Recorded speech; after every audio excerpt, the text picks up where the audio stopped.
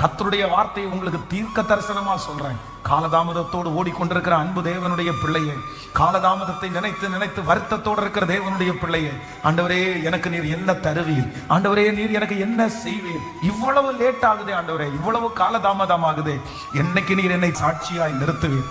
என்னோடு கூட சேர்ந்த நிறைய பேர் வேகமாய் ஓடிட்டே இருக்கிறாங்க. நான் பொறாமப்படல ஆண்டவரே, நான் அவங்கள பார்த்து துக்கமும் படல ஆண்டவரே, ஆனா நான் காலதாமதமா ஓடுறதுனால எல்லாமே எனக்கு லேட் ஆகுது, எனக்கு இனி திரும்பி அது மாதிரி கிடைக்காதோன்ற என் மனசுக்கு வருத்தமா இருக்குது. நீ எப்படி எனக்கு செய்ய போறீங்க, எப்படி செய்ய போறீங்க, இத்தனை வருஷத்தை நான் எப்படி ஆண்டவரை ஈடு கொடுப்பேன், இத்தனை வருஷத்துல வேகமா நான் எப்படி ஆண்டவரை ஓடுவேன். ஆனா கர்த்தர் உங்களை பார்த்து கர்த்தர் தீர்க்க தரிசனமா சொல்றாரு, நீ பயப்படாத மகளே, நீ பயப்படாத மகனே, அவர்களுக்கு என்ன கூலி கிடைத்ததோ, அவர்களுக்கு என்ன கூலி கொடுத்தேனோ, அவர்களை எப்படி நடத்தினேனோ, ஹல்லேலூயா, அதை விட மேலாய் உனக்கு நான் செய்வேன், அதை விட ரொம்ப பெஸ்டா நான் உனக்கு செய்வேன். இக்காலத்து பாடுகள் இனி உங்களுக்கு வெளிப்பட போகும் மகிமைக்கு ஒப்பிடத்தக்கது அல்ல. இது கர்த்தர் உங்களுக்கு கொடுக்கிற தீர்க்க தரிசனமான வார்த்தை.